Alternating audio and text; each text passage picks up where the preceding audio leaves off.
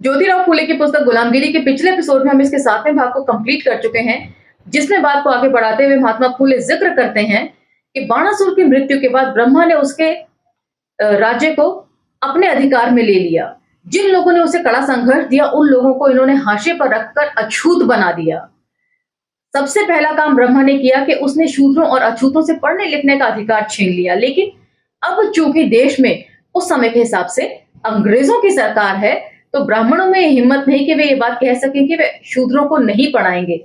इन्हें पढ़ाने का मतलब है अपने पूर्वजों की हरामखोरी और लुच्चेपन को सबके सामने जाहिर करना, जिसकी हिम्मत आज भी ब्राह्मणों में नहीं है कि वे अपने पूर्वजों की गलती को एक्सेप्ट कर सके। वे पूरा घमंड करते हैं अपनी मैरिट को लेकर।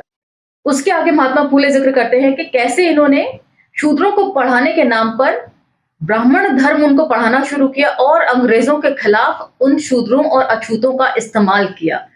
वरना एक वक्त ऐसा भी था जब ब्राह्मणों को खाने के लाले पड़ गए थे और अपने प्राणों की रक्षा करने के लिए इन लोगों ने हे या नीच समझे जाने वाले काम भी किए थे। वे ये भी लिखते हैं कि ब्राह्मण मातंग और महारों जितना अनपढ़ ही क्यों ना हो, लेकिन फिर भी कोई श्रम का काम करने में उसे बड़ी हिकारत महसूस होती है।